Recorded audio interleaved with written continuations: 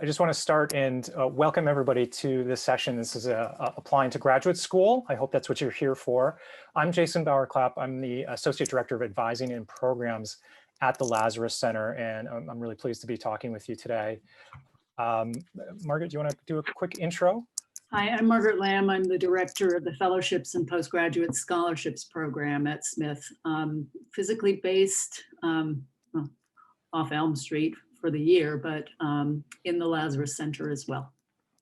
Yeah, in the real world, Margaret and I share offices right next to each other. So this is fun for me to be doing this program with you today, Margaret. And for everyone, we are recording it just so that we can make this available, or at least our main comments portion of this available to the folks who can't be there today, or if any of you want to revisit things afterwards. It's our intention to make this available, certainly. So for the conversation today, we wanted to do really a broad overview of a lot of different pieces about graduate school and just talking about, when we're referring to graduate school, what are we really talking about? What does that look like?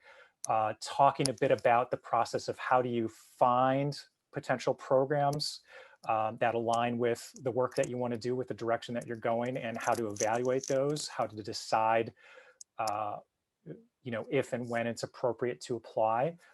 Certainly, we're going to talk a bit about the mechanics of the application process itself and what that looks like, what are the common pieces, and talk a little bit about funding and that aspect as well.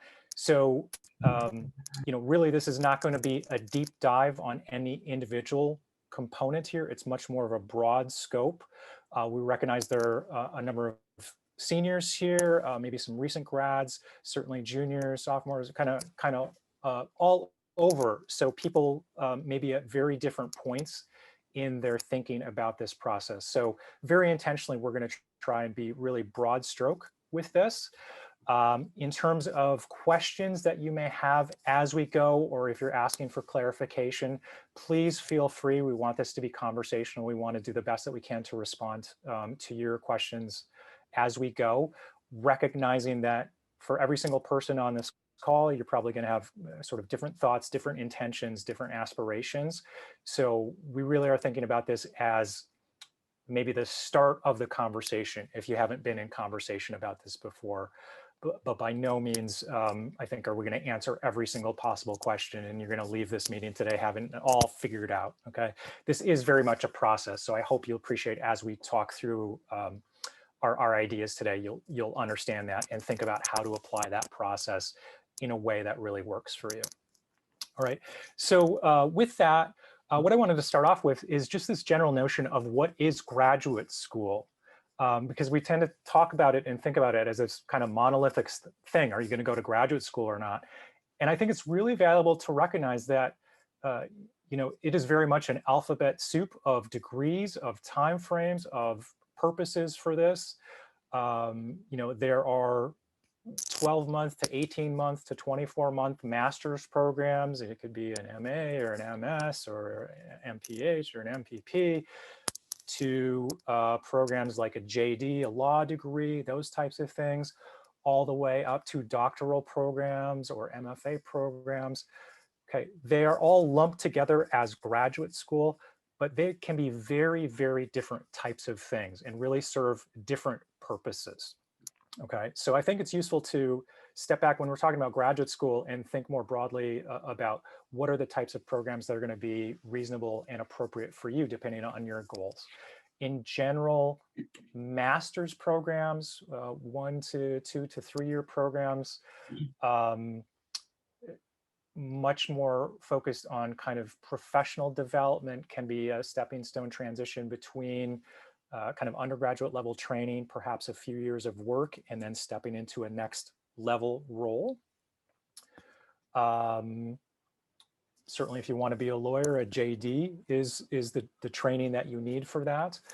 Whereas if you think about PhD programs, much more focused on training to be a scholar, to be an academic, to work in those sort of settings, to be a creator of new knowledge in that discipline, okay, in a very general sense. right? So hopefully that makes sense when we're talking about graduate school. We're really talking about different flavors, different characters, different intentions with graduate school, right? There are many students who've come to us or have shared conversations with us about the notion of, well, I know I need graduate school to get a better job. And there's a lot of nuance to that point. That is not always the case. There are certain professions out there where graduate training kind of needs to happen. There are other professions out there where graduate training may actually be kind of, may slow you down to the work that you want to do, right? So it's not a one size fits all process that graduate level training is automatically going to be a high return on investment for you. It depends so much on the work that you want to do longer term, on your level of commitment as well. And we're going to talk more about that idea as we go through the presentation today. Okay. So I just want to make this point really clear though. It's not an automatic, always one size fits all. Graduate training is the right next step. And the timing can really vary for people as well. I would say in general, we know a high rate of Smith students go on to graduate training.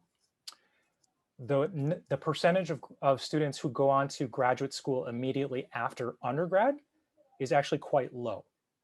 Okay, it tends to be more common that people will graduate, will maybe go out into the workforce for 1 year, for a couple of years, for 3 years, and then based on their professional goals or based on kind of other aspects related to their work and the paths that they want to take, they may return to graduate study.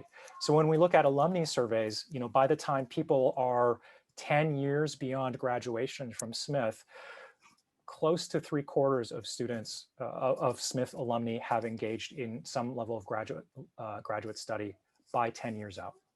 Okay, so it does ramp up. So, I've had students talk to me and say, well, I'm worried that if I don't go to graduate school right away, I'm going to lose my motivation. I'm going to forget how to be a student. And I would say, in general, that tends not to be the case. It tends to be that unless you are very clear and very motivated and feel really ready to continue on with your studies, unless you're at that point, unplugging from school, going to work in whatever field you're interested in and can find good opportunities for, can often lead to more clarity about graduate study when that time comes, can often enable people to be stronger applicants as well, which again, I think we'll talk a little bit more about as we go through this presentation. Okay, so that's an important point as well, is grad school will be there. It doesn't have to happen right away if the timing isn't right for you. Okay, and one other piece before I hand off to Margaret for the next section here is for any of you who are interested in, who are exploring health professions, medical professions, those types of things. If you haven't yet connected with our colleague Ellie Mons, M-O-N-S, Ellie is the health professions advisor and specialist within the Lazarus Center at Smith College. So if health, medicine, nursing, those types of things are of interest to you, I would absolutely encourage you to engage with Ellie sooner rather than later, because she can really provide you with good guidance and feedback on that process. Okay, Margaret, over to you. Okay, so I said in introduction that I'm the director of the Fellowships and Postgraduate Scholarships Program. And that means that I'm most often focused on conversations with students and recent alums who are trying to line up the funding to let them get to graduate school or do something relevant ahead of graduate school. But it also means that we're talking about graduate school. And in a funding application, the focus is also on that reason for going to graduate school, the set of circumstances and preparation and above all that rationale for why this course, why this program, why now. So I think the biggest topic here is, what are your criteria for selecting graduate schools? How does it relate to your goals? And the more detailed you can be in the way that you think about that and can talk about that, the better prepared you are to make that application for graduate school and get on with that part of your plan. And often it's helpful to think about what's missing in my portfolio of skills and knowledge that I want to take into a career or a vocation. And often that missing something or that underdeveloped something will form a prominent part of your rationale for a particular graduate school program. So just know that a lot of your work in getting ready to go to graduate school, a lot of the content of your conversations with people about graduate school is going to be all about your criteria for selection and your goals. There are lots of different ways of going to graduate school. Full-time is perhaps most typical when you're starting to think about the planning. But especially if you go out and work for a couple of years and you're trying to figure out how to go back to graduate school, how to perhaps keep going some of the great things you're doing in your work, part-time becomes an option, online becomes an option, some form of blended program also becomes an option. Typical blended programs may be in residence periods. They may be a weekend at a time. They may be a month at a time. They may be 3 months. So Smith has a very well-regarded social work program, which offers residential periods in the summer. A number of MBA programs may offer weekends where you're in residence. So, just consider what new possibilities, considering a variety of formats, might open up to you in practice. You need information about what's out there. So at some point in your search, educate yourself about, what the leading programs are. And there are various places you can find that information, but often something like Peterson's Guide is a starting place, or US News and World Reports. If you're looking outside the United States, perhaps the United Kingdom, there are going to be other sources that are the equivalent of a Peterson's Guide or a US News and World Report. Use that as a starting place. But then every other strategy should be employed to try and improve your list. So talk to your Smith faculty. They are disciplinary experts. They know you. See what they would suggest should be on your list for a particular program. Who do you want to work with? You may look at a particular employer that is the site of your dream job.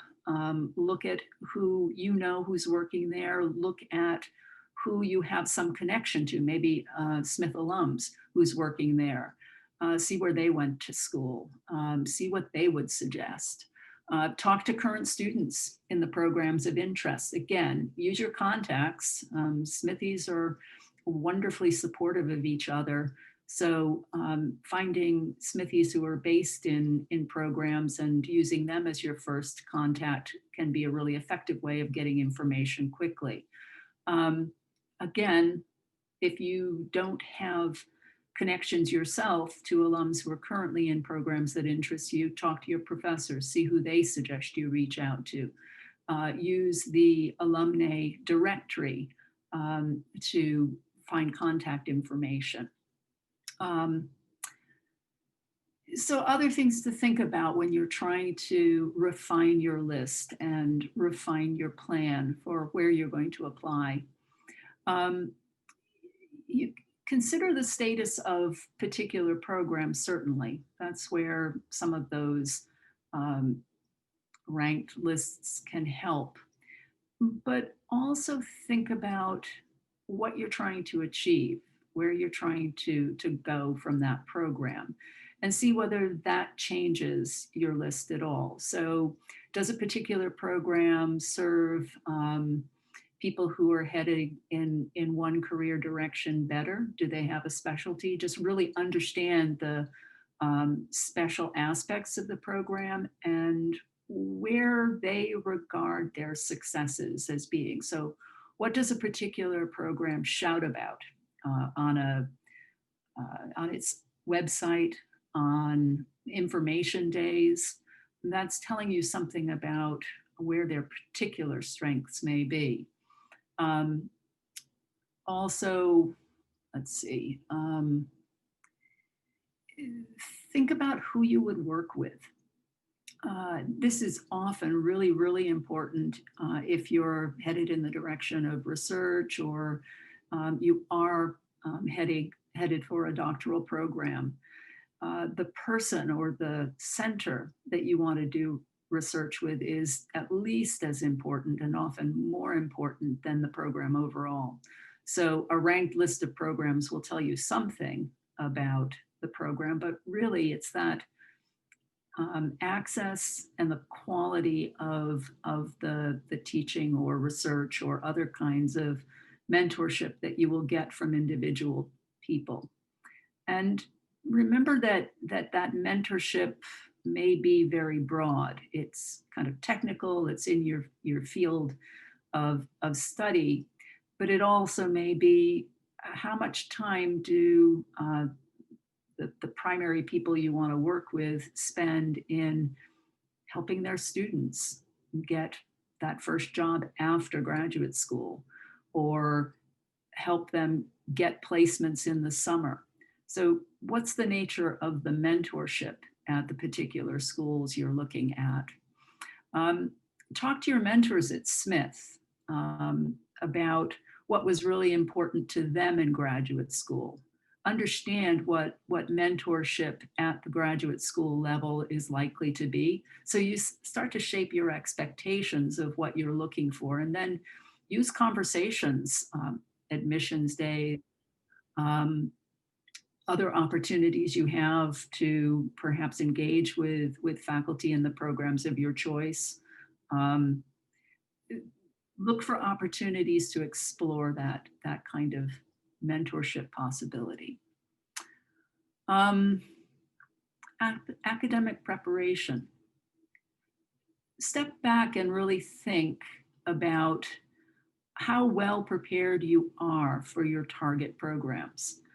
If you're seniors or your alums in this audience, then take stock of what you've done and what you can emphasize and try and play to your strengths. If you're a first year student or a sophomore, start to think about how your courses and your plans at Smith line up for the programs that you at least want to consider as options for yourself, and just take steps to improve your profile if you have an opportunity to do so. So academic preparation is very important, but academic preparation is not exactly the same thing as GPA. GPA is just one indicator of your academic preparation. And I think we often get asked the question, is my GPA high enough? There's actually a pretty wide range of academic performance measured by GPA that is a sound basis for getting into a graduate program that's a good match for you. So think about academic preparation sort of in the broader terms. If your ultimate aim is a doctoral program, have you done the coursework that prepares you to move into the courses at the graduate level? Are you prepared for the research that's going to be a part of a program at the graduate level? Have you shown your interest and explored your interest in an adequate way to know you're well suited for that kind of work as well? So think about academic preparation broadly. And again, talk to people, talk to your mentors here at Smith, and talk to people in the programs that interest you to try and judge how good a match your academic preparation is for their program. So, Jason, back to you. Thank you. And two quick follow-up things I wanted to add on what Margaret was just sharing. So number one, I think it's reasonable if you're exploring a particular program to contact that program, whether they have kind of an admissions staff person or a graduate program director, and we'll talk a little bit more about this too, but to see if you can get in contact with a current student in the program, someone who is active in it now, to get their perspective on their experience. This is absolutely reasonable to do. And certainly a student who is currently engaged in a graduate program is going to give you a perspective that's going to look different than the program's website. Okay, so it can allow you to just sort of confirm, to verify, to calibrate. Feel free to do that. This can be your role as a sort of critical consumer of programs that you may pursue, that you may invest your time, your resources in. Okay. The second thing, a very quick anecdote. I remember working with a Smithy several years ago who I believe she was a geologist, was looking at PhD programs in geology, and was very fortunate. She'd gotten admitted to several schools that she had applied to, one of which was noted as among the top ranked within that discipline. And another one that, wasn't quite as high of a tier, still certainly a good program. But I remember talking with this student quite a bit because the interactions that she'd had with her prospective advisor at the higher ranked program were very terse. They were very blunt. They were, just very concise. Okay. Whereas her interactions with her prospective advisor at the sort of slightly lower ranked program were much richer, much more substantive, much more supportive. It was clear that the prospective advisor at the quote unquote lower ranked program was really invested in having this person come to that program. And this particular student made the decision to forego the higher ranked program because that support, that guidance, that mentoring, that coaching component was really, really important for her. She knew that up front. So she made that decision and felt really, really good about that decision. But there was some back and forth on how much do I need to pay attention to this ranking. Okay, now that's just, sample size of one. But going back to this notion here of the quality of the support, the guidance, the mentorship that you will get in a graduate program is really, really important factor to consider. All right. So moving on, I want to spend a few minutes talking about applications and the main components for that. And there's going to be a bit of variation here, but there are some pretty consistent components regardless of the type of program, the length of program, the degree. Number one among those is some form of a personal statement or a narrative component where the applicant has an opportunity to share from a very short, 500 words to sometimes several pages, basically their statement of intention, their why. Why this program? Why this discipline? Why now? What's my intention afterwards? As Margaret mentioned a bit earlier, sort of what's missing from my toolkit and how could this program and this experience help fill that gap? Now they go by different names: personal statement, statement of purpose, statement of intent. Sometimes they are as generic a prompt as please write us a personal statement. all the way to being given some very specific questions and broken out into a few different themes. It really is all over the map with this. But whether it's essentially no prompt or some very specific prompts, again, what they're trying to read from you as an applicant is that why, your intention, your aspiration. Of all the things that you could be doing next, what brings you to be pursuing this program? One good way to think of it is your statement provides context to connect all of the other pieces of your application. What's the story between these other components, right?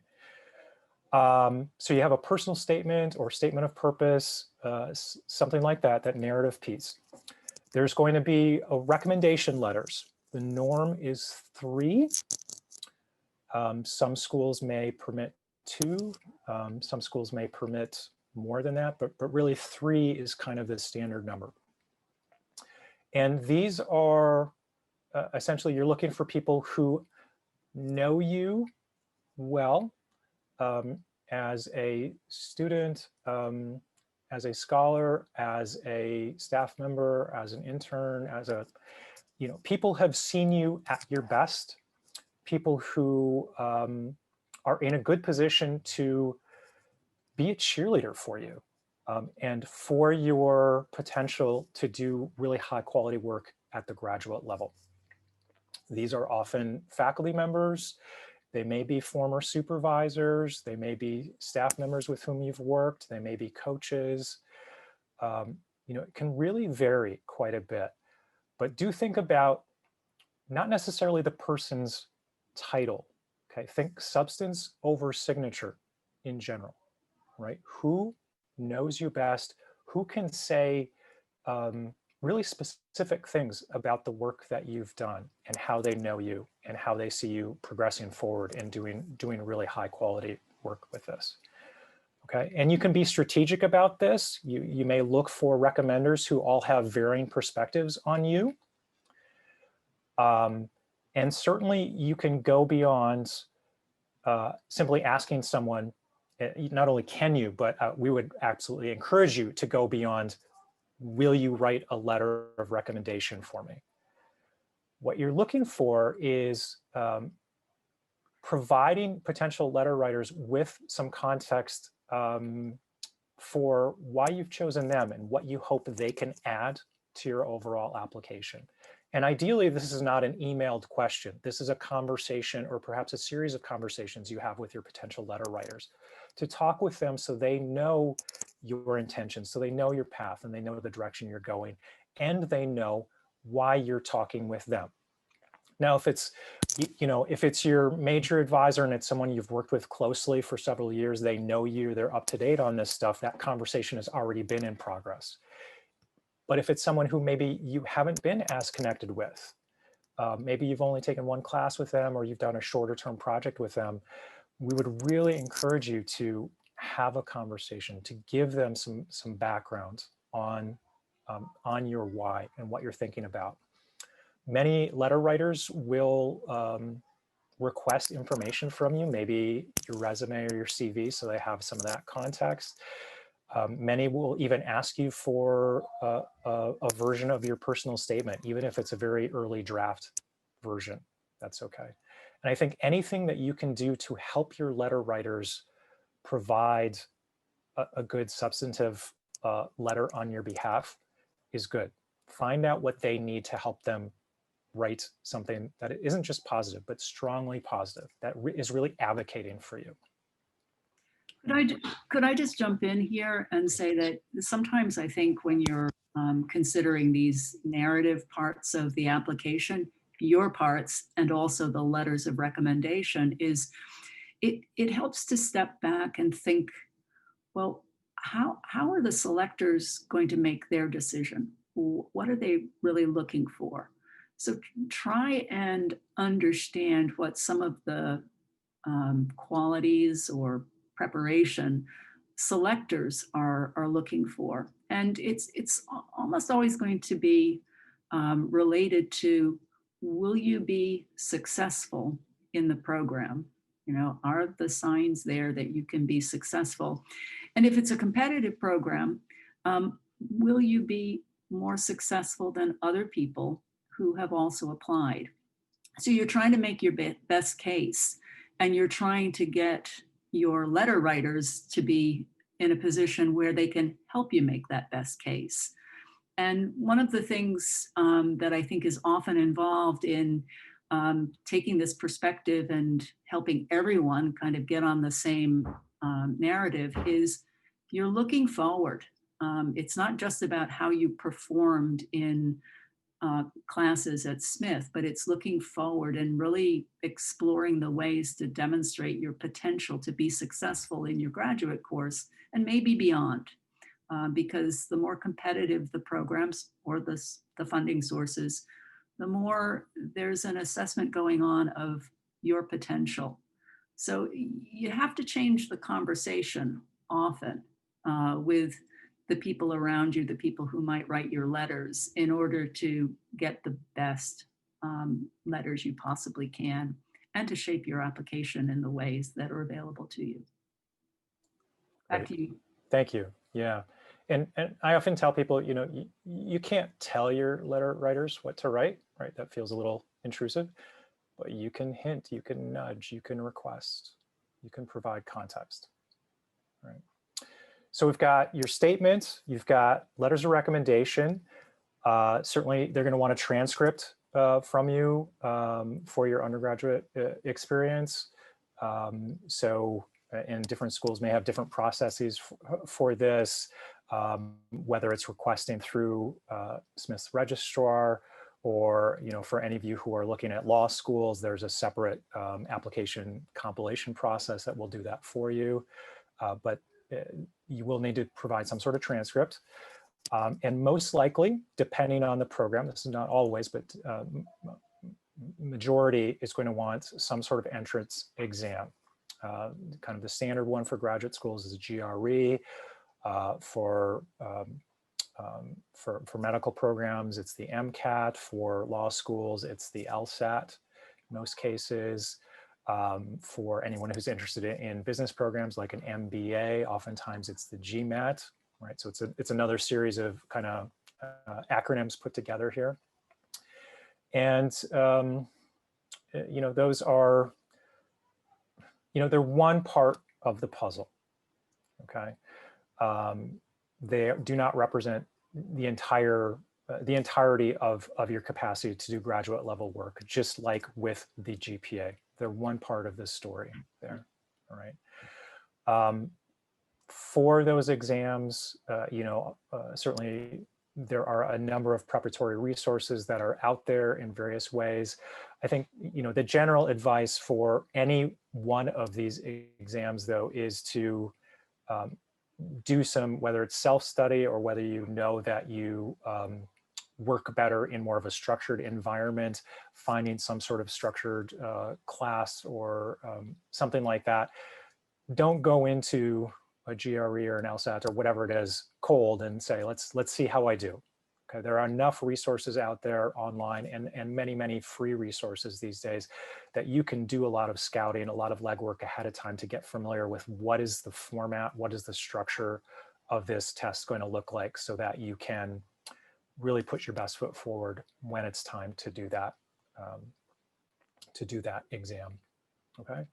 So those are really the core components. So if we've got your personal statement or statement of purpose, recommendations, transcript, and the exam, oftentimes they'll ask you for a resume or a CV.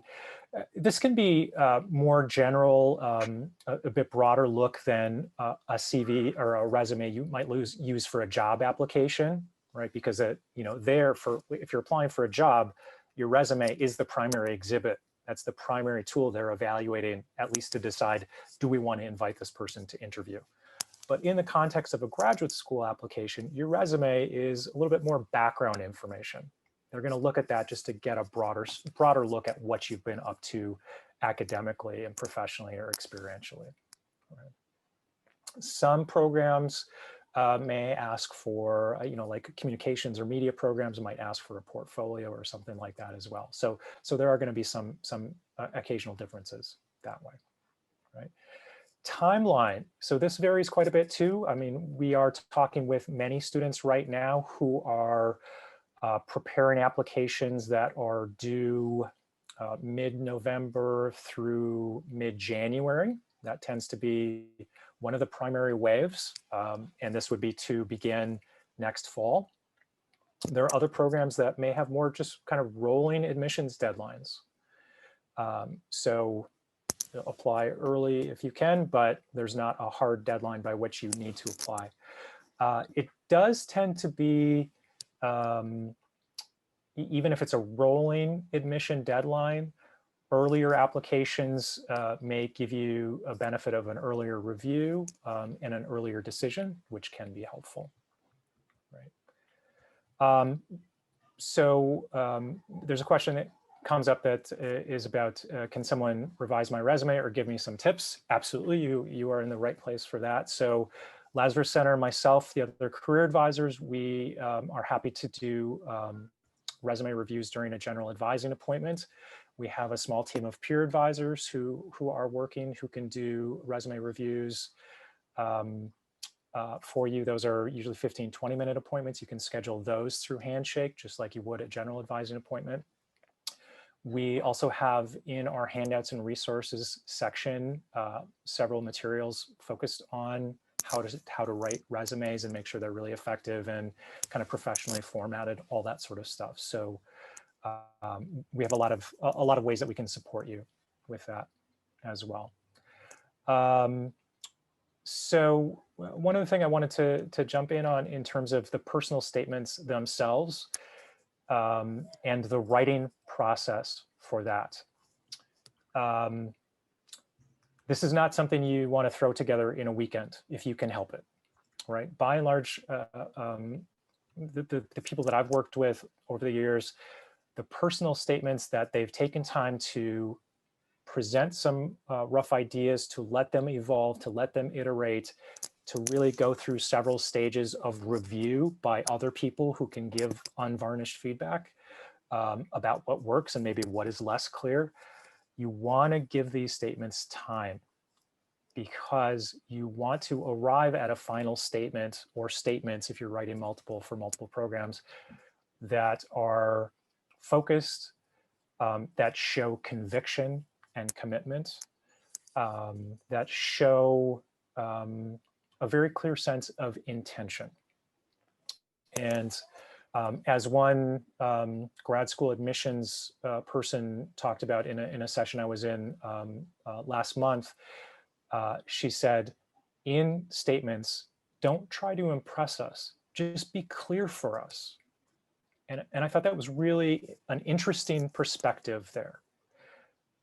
Your statements aren't about inflating your experience or glossing over experience, but they're just really clearly talking about what is your intention? What is this next step? And how do you know that this is the right next step? And how have you prepared for that?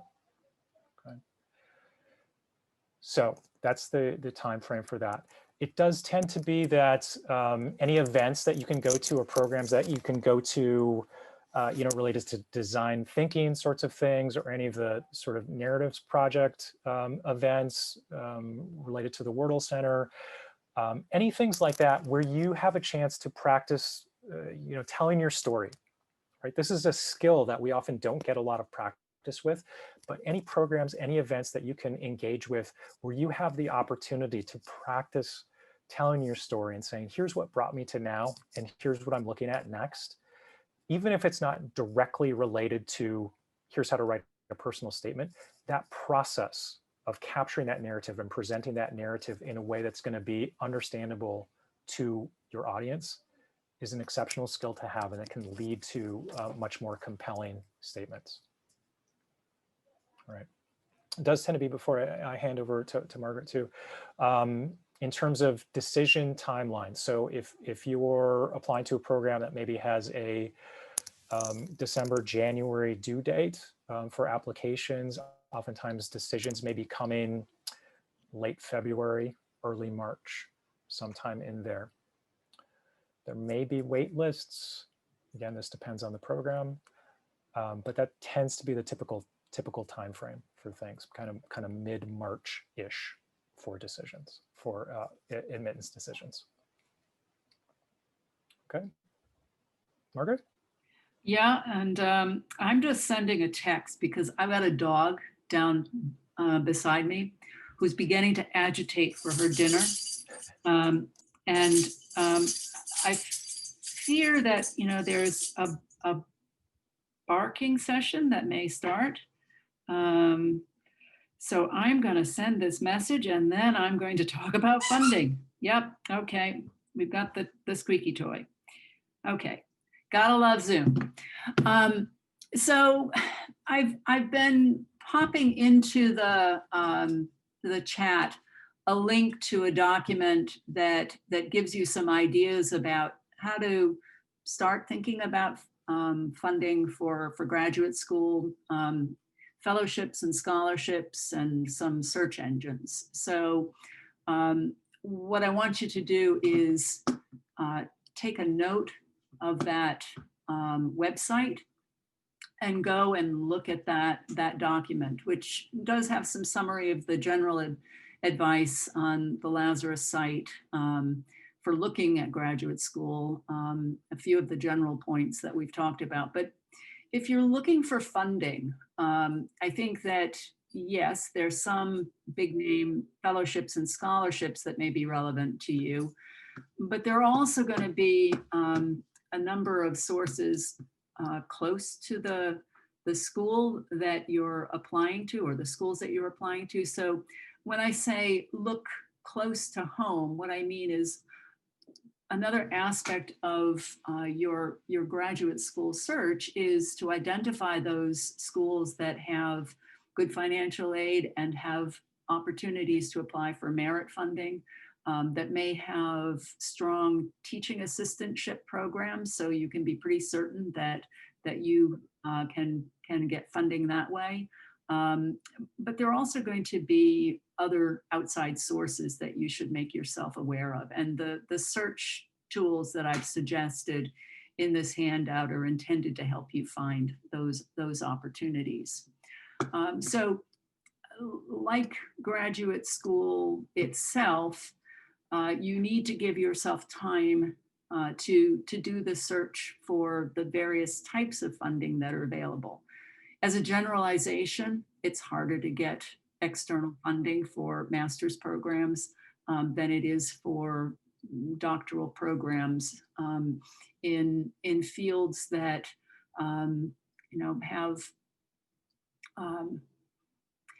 have strong placement. So looking for funding for a highly sought after program is more likely to yield options than something that is either very general or it's hard to place its graduates. So, you have to think about the field, you have to think about the school, and then you just have to do your research. And I think that in general, if you're interested in applying for fellowships, and there are some wonderful big fellowship programs for some graduate school programs, one thing you need to bear in mind when you're thinking about the timetable is that it pushes the application process back. So you need to give yourself even more time. If you're going to apply for a National Science Foundation graduate research fellowship, for example, the applications have already just been submitted. The actual applications to the graduate schools may not technically be due, but to put yourself in a position for competitive funding, you have to think about bringing that timetable forward. And there are other kinds of programs that provide funding for graduate school that have similarly, the deadlines have already passed for this year. Not all, but many. So if you're looking for major funding, I think you really do have to be looking at least a semester in advance, because it may take that time to line up all of your ducks in a row to make the funding application and to apply for graduate school too. For some programs, you can apply after you apply to graduate school or after you're admitted to graduate school. So it's not necessarily a one-time only opportunity. There may be multiple points where you can make applications. But having a little bit of a sense of what the funding scene looks like in your field for your graduate school ambitions is a good thing to do as part of that general planning. I think I'm going to pass it back to you, Jason, because I'm conscious of time, and I think on the funding, you know, there are relatively few generalizations. You're going to have to look at your field, look at your level, and do a little bit of research and talking to people about what your funding plan would look like.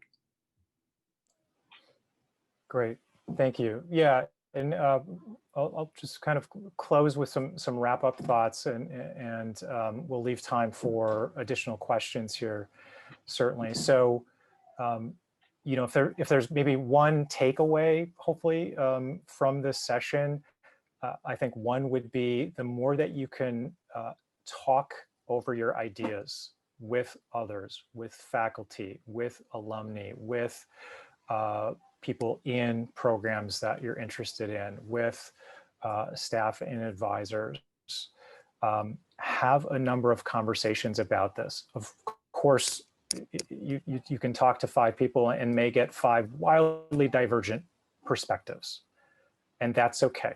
That's the nature of the beast with this.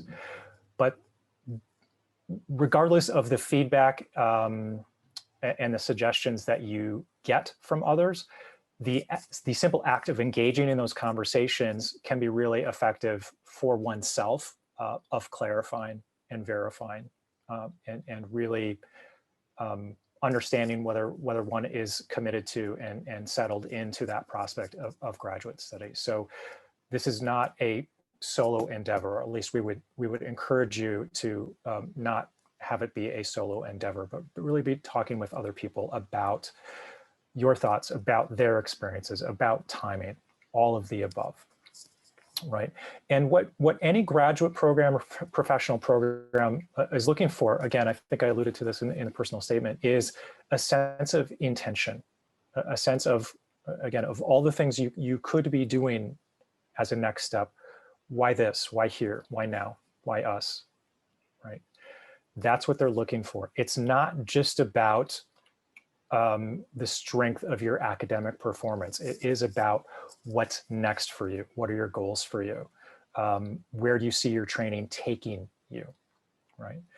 And also, to some extent, I think some programs, they're also interested in just, would we like to have you in this program? Would you be someone we would like to teach, right? You know, faculty are maybe thinking about that. Would we like to have you in our classes too, right? So that could be a little voice that comes through your recommendation letters as well, okay?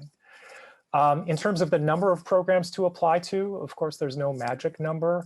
Anecdotally, I would say I've talked with students who have, in an application cycle, applied from a low of 1, someone who said, this is the only program I'm interested in. It's the only place I would go if I was admitted. That's where I want to be. Okay, so that's the low end, all the way up to, I believe, a bit over a dozen. That's the high end. Kind of the high points, you know, of the distribution, kind of that mid range is maybe 5 to 7 to 8 programs.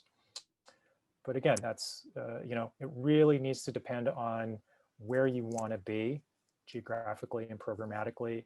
What is the fit for you? All of the above. So think about that.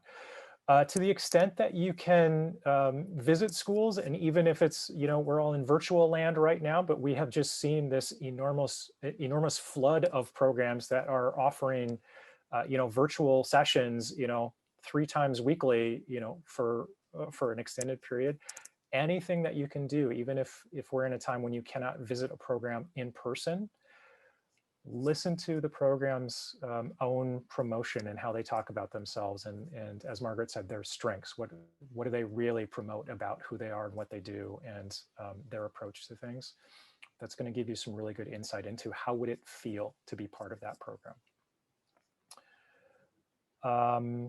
You know, certainly for the exams piece, I think I mentioned this, preparing for those, if those are requirements for the programs that you're looking at, give yourself an opportunity to do practice exams just to get familiar with the feel, with the format, that sort of thing. And maybe just kind of a closing thought. So graduate school is competitive, right? And so if someone is really, really invested in applying to graduate schools and applying to programs, the reality is you may get some no's, okay? And that is the nature of this, because, you know, for the same reason that you may be really focused and driven to be attending a particular graduate program, others will be very focused and driven to attend that program too, right? This is part of this process. And if you were to be applying to a few programs that you identified and feel as though this is a great fit, this is the right next step for me, it checks all the boxes, et cetera, and you get a no, okay? That does not equate to you were not good enough to get into the program. Okay. It simply may be, you know, there are so many other aspects of the application process, just like with job applications. There's so many other aspects of the process that are out of our individual control as applicants, right? You don't know who else is applying. You don't know what else they're bringing to the table. You don't know, maybe that particular faculty member that you want to work with simply doesn't have funding to take on any new students next year. Okay. So there's a lot of things that, you know, may not be transparent to you, may not be visible to you, and may not be levers that you can push on. Again, it's just kind of part of this process. And so I tell you this not as a sense of, you know, abandon ship, you know, abandon, you know, don't bother, but much the opposite of, to really do this process well is to focus on the process, the focus on presenting yourself in the best way, of identifying the programs that best align with you and with your goals and with your interests, and putting your best foot forward with those applications and seeing where that goes, okay? And trusting the process there. And that's how to move forward with this. Okay, and with that, I would say too, for any of you who are thinking about this process, curious about this process, or are in the process right now of working on applications, you are welcome to meet with me or with other career advising staff at the Lazarus Center, whether it's just talking about your own process. I'm spending a lot of time right now reviewing draft personal statements for students to give them some feedback on that. We are happy to help you and to be part of that process for you as well. And again, you can make appointments with advising staff through Handshake, through that section of Handshake. Okay. So Margaret, any sort of final thoughts, and we can open up for questions? Just the final thought that if you've identified a fellowship or a scholarship that is related to your graduate school plan, and you want to get started on that application, come and talk. You know, if it's for this fall or next fall or 5 years after you graduate, still come and talk. Yes. And that, maybe that's a good reminder too, as a closer for those of you who are seniors, especially. The Lazarus Center, we are open to recent graduates as well. So it's not when you graduate, we say, see ya, good luck. We are here, we are open. Formally, we work with recent graduates up through 5 years past graduation. So we are here for you beyond the time that you are no longer a student. And we do work with quite a few people, especially in the year or two after they graduate. So do keep that in mind. Okay. So with that, I'm going to say thank you to all of you for tuning in. We very much do hope this was helpful for you and gave you some new ways to think about this and gave you some good practical information. Margaret and I are going to stay on the line for a few minutes here if you have some questions you'd like to share with us before you wrap up today. But for those of you who are unplugging, thank you and have a great rest of your week.